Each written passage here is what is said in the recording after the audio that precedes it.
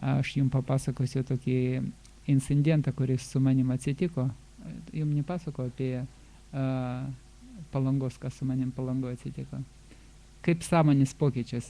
Aš kartais atvažiuoju prie jūrą, vieną kartą per metus atsitinka, kad atvažiuoju prie jūros. Ir jūra visada gyvenime įkvėpinėja mane. Tai tiesiog Krišnos pasireiškimas, kalnai, jūra.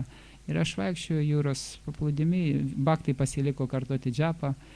Aš vaikščioju, galvoju, apie kokie 3 kilometrai reikia nueiti. Ir aš vaikščioju ir galvoju, Krišna, jūra, tai yra Krišna, taip įkvėpė su tokia sąmonė. Ir aš tiesiog tokioj palaimai einu, džapą kartoju. Ir prieina moteriškė su maudymo kostiumėliu, sako, a jums patinka čia vaikščioti? Aš nesupratau klausimo. Kas čia per klausimas, ar jums patinka čia vaikščioti? Aš sakau, taip ir pasakiau, nesupratau klausimą. A jums patinka čia vaikščioti? Nu, aš sakau, nu patinka ir toliau nuėjau.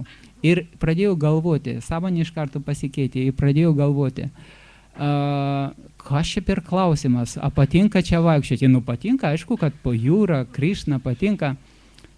Ir bum, sąmonė pasikeitė, aš atsiradau moterų pliaže. Aš nepamačiau to, todėl kad aš ėjau ir iš tikrųjų sąmonė visa mano buvo Krišna, jūra.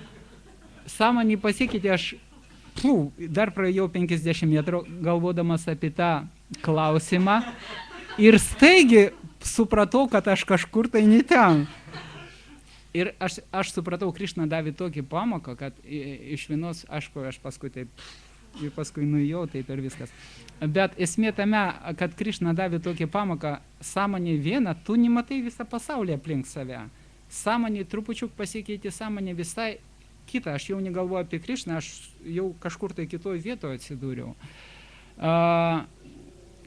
Labai taip, tokį pamoką labai įdomi buvo, kad iš tikrųjų čia Krišna sąmonė yra sąmonės pakeitimas ir viskas. Ir ar mūsų sąmonė užvaldo Maja, arba mūsų sąmonė užvaldo Krišna.